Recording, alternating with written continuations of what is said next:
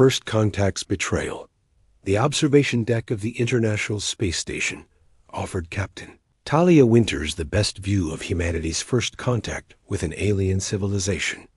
The Meridian ships had appeared 3 days ago, elegant crystalline, structures that glistened against the blackness of space like dewdrops on obsidian.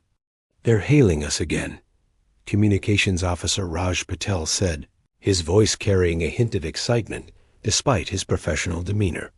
Talia nodded, brushing a strand of auburn hair from her face. Put it through. The holographic display shimmered to life, revealing the now familiar form of Ambassador Nix. The Meridian's iridescent skin rippled with patterns of light that their cultural attaches had explained were indicators of emotional states. Currently, they displayed what had been described as respectful anticipation. Captain Winters. Nix's translator converted the series of musical tones into English. "The Sovereign Council has reviewed your leadership's proposals. We are pleased to continue our cultural exchange." Talia smiled diplomatically. 6 days of tense negotiations had finally yielded progress. "That's excellent news, Ambassador. Our United Earth government is preparing a delegation to visit your flagship as suggested." The exchange continued pleasantly, but something in Nix's movements triggered Talia's instincts, honed through years of military intelligence work. The light patterns across the ambassador's face seemed discordant with their words. After the transmission ended, she turned to Raj. "Run a deep scan of their fleet. Something feels off."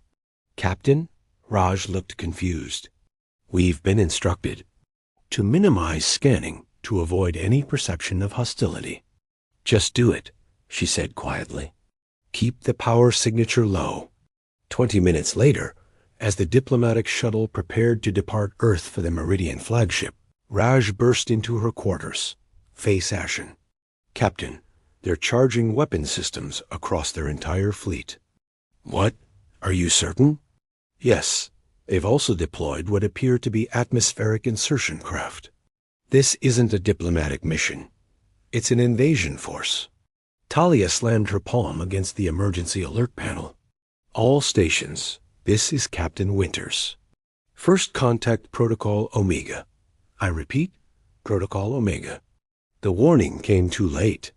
The first salvo from the Meridian ships targeted Earth's orbital defense platforms, destroying them in perfect synchronicity. The ISS shuddered as a nearby satellite exploded, sending debris cascading against their shields. "Get everyone to the escape pods," Talia ordered, racing toward the command center. "Transmit everything we've gathered on their weapons and ships to Defense Command." The next hours passed in a blur of chaos. Talia managed to pilot her escape, pod through the debris field as the Meridians began their systematic bombardment of Earth below. Cities fell. Defense installations went silent. The pod's communication system captured fragments of desperate transmissions from around the globe. When she crash-landed in the forests of what had once been Western Canada, smoke filled the horizon in every direction. Her emergency beacon activated, programmed to a frequency known only to certain elements within Earth's military. 3 days later, as she trudged through ash-covered wilderness, a camouflage transport appeared overhead. It landed nearby, and a figure emerged wearing the insignia of Strategic Sciences Division. "Captain Winters?" the man called. "I'm Dr. Nathaniel Pierce. We've been looking for survivors with your clearance level." "Why?" she asked, her voice hoarse from smoke inhalation. His expression was grim but determined. "Because you've seen what they can do. Now it's time to show them what we can do." As the transport lifted off, Talia watched the burning landscape recede. Humanity had just suffered its greatest defeat, but something in Dr. Pierce's tone suggested this wasn't the end of the story. It was merely the beginning.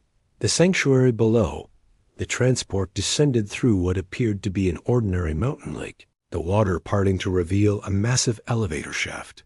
Dr. Nathaniel Pierce stood silently beside Talia as they plunged.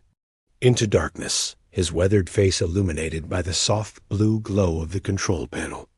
"Project Sanctuary," he finally said. 57 facilities like this one, buried beneath the Earth's surface, undetectable by any known scanning technology. When the doors opened, Talia stepped into a vast underground complex, humming with activity. Scientists and military personnel moved with purpose through pristine laboratories and command centers that seemed untouched by the devastation above. "How many survived?"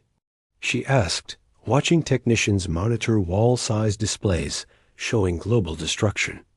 "Less than 30% of our surface population," a new voice answered. Talia turned to see a tall man with dark eyes and a scientist's badge. His right sleeve was rolled up, revealing an interface port just below his elbow.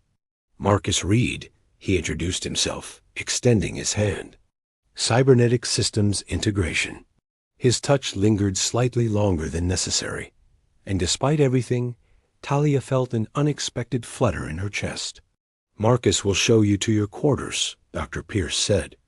"Tomorrow morning at 0800, we brief on Operation Nemesis." As they walked through the facility, Marcus explained how Sanctuary had been developed after the discovery of an ancient alien probe in Antarctica 50 years earlier. "We knew they were out there," he said quietly. "We hoped for peace, but prepared for war." Talia's quarters were small, but comfortable. She showered, washing away days of ash and desperation, before collapsing into exhausted sleep.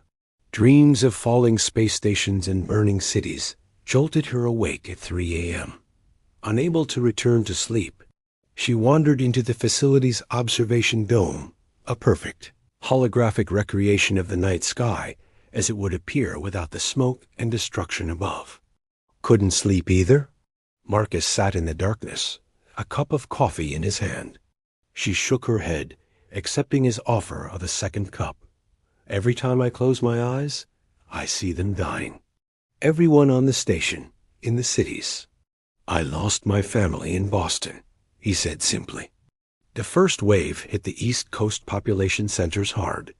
They sat in companionable silence until he unexpectedly reached for her hand. The gesture was so gentle, so human amid the chaos, that Talia felt tears threaten for the first time since the attack. "We have something they don't expect," Marcus whispered. "Something they couldn't possibly prepare for." "What's that?" His smile held both sadness and determination. The human capacity for creating beautiful and terrible things. Morning brought the promised briefing. 50 high-ranking survivors gathered in a secure chamber where Dr. Pierce introduced Professor Emiko Tanaka, a diminutive woman whose reputation in genetic engineering was legendary. "The Meridians believe they've broken us," Professor Tanaka began without preamble. "They don't realize they've merely unlocked the cage." Holographic displays activated, showing technologies that made Talia's blood run cold. Self-replicating nanite swarms programmed to dismantle specific atomic structures, targeted retroviruses that could rewrite neural pathways, quantum disruption fields that could unravel matter at a subatomic level. "These weapons violate every international treaty we've ever signed," Colonel Victor Reyes pointed out, his voice heavy with implication rather than objection. "Those treaties were with ourselves," Dr. Pierce responded. "The Meridians rendered them irrelevant when they slaughtered billions." As the briefing continued, Talia found herself seated beside Marcus. His shoulder occasionally brushed against hers, the contact both reassuring and distracting. When his fingers discreetly found hers beneath the table, she didn't pull away. Later, as they prepared deployment protocols, Marcus pulled Talia into an empty laboratory. "If this works, when this works," he corrected himself, "everything changes. Not just for Earth, but for us." Before she could respond, he kissed her with an intensity born of grief and hope intertwined. For a moment, the weight of responsibility lifted, and she allowed herself to feel something beyond duty and vengeance. "We should focus on the mission," she whispered against his lips, even as her body contradicted her words. This is why we fight, he answered, brushing a strand of hair from her face. Not just for survival, but for the chance to live again. Above them, the Meridians continued their systematic conquest of a planet they believed defeated. Below, humanity prepared to reveal just how terribly mistaken they were. The Reckoning, the damaged drone, limped toward the Meridian flagship, trailing debris and venting atmosphere. On any other day, it would have been instantly destroyed by the vessel's defense systems. Today, those systems were occupied with the Yai, molecular disassemblers slowly eating through the ship's outer hull. Talia guided the craft into a maintenance bay that had been exposed by structural failures. Emergency medical gel covered Marcus's wound, keeping him stable but unconscious. The fail-safe device felt impossibly heavy in her pocket. "This is Captain Winters," she transmitted to Sanctuary. "I'm boarding the Meridian flagship. Marcus is injured but stable. Continuing mission." Dr. Pierce's response was immediate. "Talia, withdraw immediately. The weapons are working. There's no need for direct confrontation." She switched off the communication system. This had become something beyond strategic necessity, something personal. The Meridian vessel's interior was chaos. Crew members ran in all directions, some fighting each other, others attempting to contain the spreading molecular disintegration. None paid attention to a single human making her way toward the command center. Admiral Krozik stood amid holographic displays, showing his fleet tearing itself apart. His bioluminescent patterns had dimmed to almost nothing, a sign of extreme distress, according to the briefing files. "You've come to witness her handiwork personally," he said without turning, somehow sensing her presence. "As you witnessed yours from orbit," she answered, weapon raised. He turned slowly, four-fingered hands held open in a gesture that seemed universal across species. "We believed your kind needed to be controlled, your technology advancing too quickly, your expansion too unpredictable. So you murdered billions. A calculated decision to preserve galactic stability." His voice held no remorse. "We underestimated what you had hidden beneath the surface." Talia approached the command platform, noticing how the Admiral's staff kept their distance, some watching with the vacant expressions of those affected by the neural virus. "Your weapons," Krozik continued, "they don't just destroy bodies or ships. They unmake reality itself. Do you understand what you've unleashed? These technologies, they don't recognize boundaries once released." A tremor ran through the ship as another section disintegrated. Warning signals flashed across the command displays. "The disassemblers are gaining efficiency with each structure they consume," Krozik said. "They're evolving, learning." The information struck Talia like a physical blow. Professor Tanaka's warning about technologies with minds of their own suddenly made terrible sense. She removed the failsafe from her pocket. "Surrender your remaining forces. Withdraw from Earth space immediately. And if we comply, then I activate this and end the molecular cascade before it becomes self-sustaining." Understanding dawned in Krozik's alien features. "You've deployed a weapon you cannot fully control." "We deployed the weapons we hoped never to use," she corrected. "Now we all face the consequences of your invasion." The Admiral moved to a communication array and issued orders in his native language. Throughout the ship, the fighting ceased. Across the tactical displays, Meridian vessels began disengaging from Earth orbit. "It is done," he said. "Now fulfill your part." Talia activated the failsafe. Throughout Earth's atmosphere and in orbit, the molecular disassemblers began breaking down, their structures collapsing by design. "The neural virus?" Krozik asked. "Will dissipate within 48 hours, she answered. "Your people will remember everything they did under its influence, but will regain their original loyalties." Something like respect flickered in the Admiral's bioluminescence. We believed your restraint was weakness, your ethical boundaries a sign of evolutionary immaturity. It was never weakness, Talia said quietly. It was the wisdom to know that. Some lines, once crossed, change who you are forever. She transmitted the all-clear signal to Sanctuary, then arranged for emergency extraction for herself and Marcus. As a medical team stabilized him for transport, he briefly regained consciousness. Did we win? He asked weakly. Talia took his hand, thinking of the devastated Earth, the billions lost, and the moral boundaries crossed. We survived, she answered. Winning will depend on what we do next. 3 months later, as recovery efforts continued, across the planet, Talia stood with Marcus on the observation deck of the newly constructed Geneva Peace Station. Below them, Earth showed the scars of bombardment, but also the green of returning life. The Meridians have proposed a formal alliance, Marcus said, now fully recovered though, with a new prosthetic interface replacing the damaged one. They're apparently impressed by both our capacity for creating nightmares and our willingness to cage them again. And the arsenals? She asked. Dismantled. Professor Tanaka insisted. Some knowledge can't be unknown, but the weapons themselves have been destroyed. Talia leaned against him, watching as a Meridian diplomatic vessel docked at the station, no longer conquerors, but cautious equals. Do you think we can go back? She asked. To who we were before. Marcus shook his head. No, but maybe we can become something better, a species that understands both its capacity for darkness and its choice of light. As Earth continued its rotation below them, shadows gave way to sunrise across continents being rebuilt.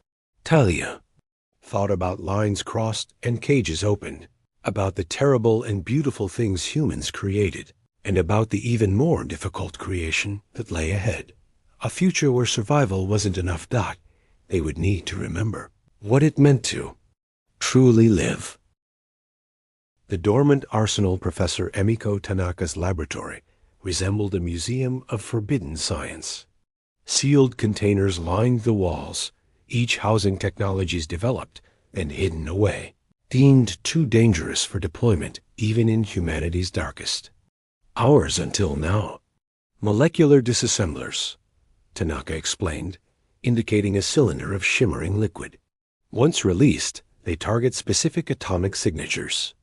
We calibrated these to Meridian physiology from samples collected during their first diplomatic visit. Talia studied the innocuous-looking substance. How quickly do they work? Complete structural failure of their vessels within minutes, Tanaka replied, her voice clinical despite the horrific implications. We've also developed a neurological variant that leaves physical structures intact but rewrites neural pathways. Colonel Reyes frowned. You mean it changes their minds? Precisely. The infected Meridians will believe they've always been loyal to Earth. Their combat training and knowledge remain intact, but their allegiance shifts completely. The ethical debate that followed split the command staff. Some argued that such weapons crossed moral boundaries that defined humanity itself. Others insisted that extinction justified any measure necessary for survival. Throughout the heated discussion, Talia observed Marcus remaining unusually silent, his expression troubled. When the meeting adjourned with the decision to proceed with deployment, he disappeared without a word. She found him in his laboratory, surrounded by holographic projections of Meridian ships. You disagree with the decision, she said. Not a question, but an observation. Marcus sighed, rotating a 3D model of the Meridian flagship. I helped develop the neurological reprogramming virus.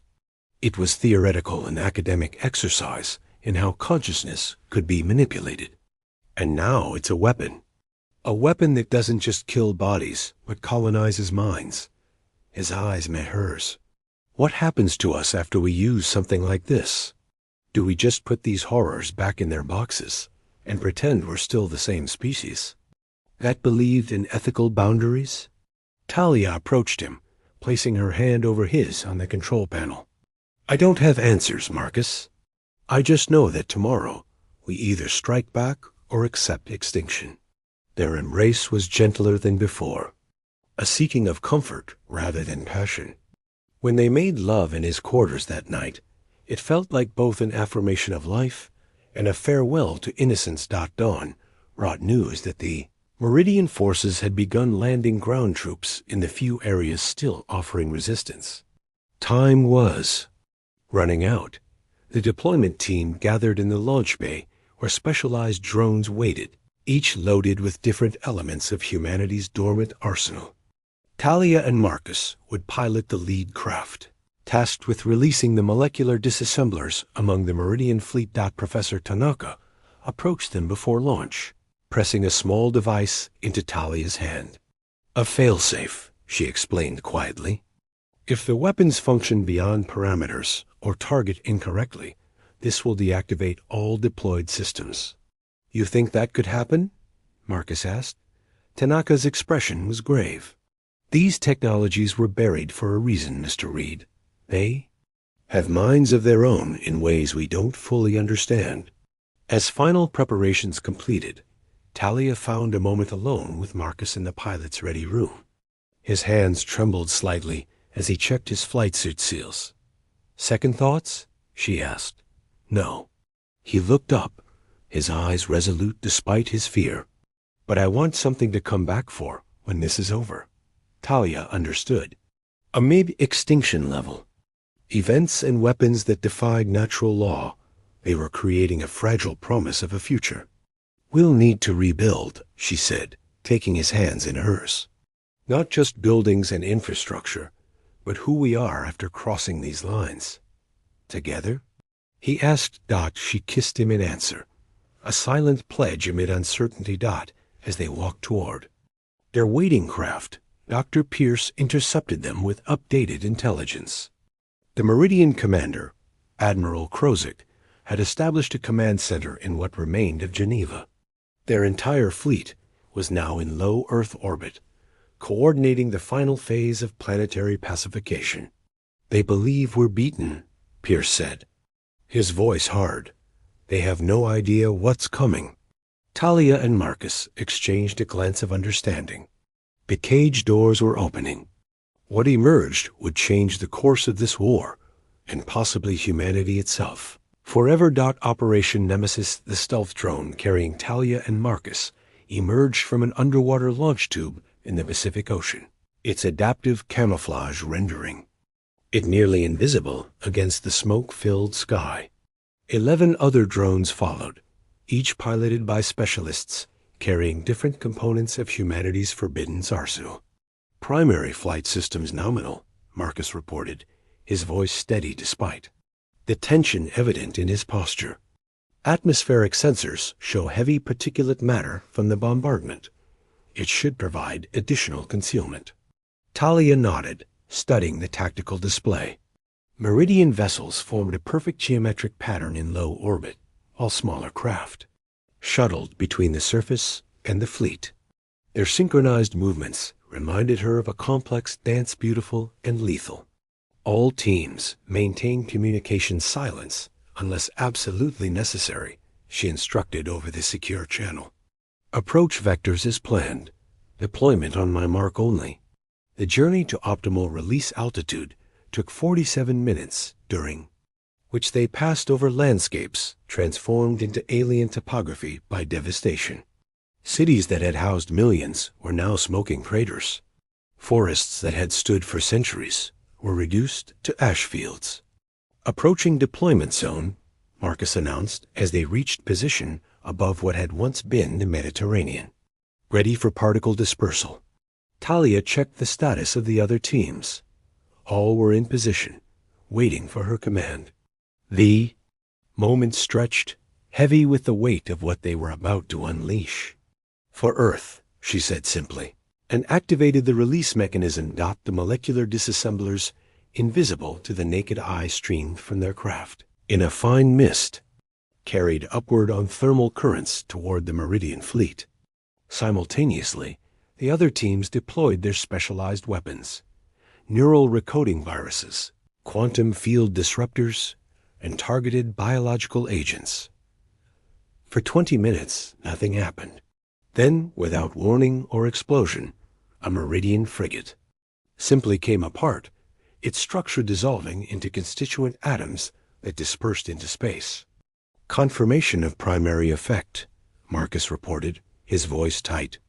Disassemblers functioning at 118% of projected efficiency. Another ship disintegrated, then another. On the communication channels, garbled Meridian transmissions revealed growing panic as they failed to identify the attack's source or nature. The neural virus struck next. Meridian ground forces suddenly stopped their advance, stood motionless for several minutes, and began firing on their own command centers. The confusion spread through their ranks like wildfire. "We're receiving a transmission from the Meridian flagship," Marcus said suddenly. "They're broadcasting on all frequencies." The view screen activated to show Admiral Krozik, the Meridian. Commander. Unlike Ambassador Nix, Krozik's features were angular, almost predatory, with bioluminescent patterns now pulsing in chaotic, distressed rhythms. "This is Admiral Krozik of the Sovereign Meridian Fleet," the translation came through. "Cease your attack immediately. This violation of natural law cannot be permitted." Talia activated the response channel. "This is Captain Talia Winters of Earth Defense. Your unprovoked genocide cannot be permitted. Surrender your forces immediately." "What have you done?" Krozik demanded, as reports clearly reached him of more. "Ships disintegrating. These weapons, they're abominations." "They're merely tools," Talia replied, echoing his kind's dismissal of human casualties days earlier. "Tools we hoped never to use, until you gave us no choice." On the tactical display, chaos engulfed the Meridian fleet. Ships fired on one another as infected crew members turned against their commanders. Ground forces were in full retreat, though. Many now fought under Earth's control rather than their own. Strategic Command confirms the neurological recoding is propagating through their command structure, Marcus reported. Estimated 60% of remaining Meridian forces have been compromised. A proximity alarm sounded as a Meridian assault. Craft broke through the cloud cover directly above them. Before either could react, the craft opened fire. Marcus threw himself across the control panel, pushing Talia aside as energy beams sliced through their drone's shielding. The cabin depressurized instantly. Emergency systems activated, sealing the breach, but not before Marcus had taken the full force of the attack. "Marcus!" Talia cried, pulling him away from the smoking console. Blood seeped from a wound across his chest, and his interface port sparked dangerously. "Complete the mission," he gasped, pressing Professor Tanaka's failsafe device into her hand. "But remember, what makes us human isn't our weapons." As his eyes closed, Talia felt something break inside her, something separate from grief, something colder and more dangerous. She returned to the controls, locked onto the Meridian flagship, and set course for a direct confrontation with Admiral Krozik. Operation Nemesis had succeeded beyond all projections. Now it was time for what came after victory: reckoning.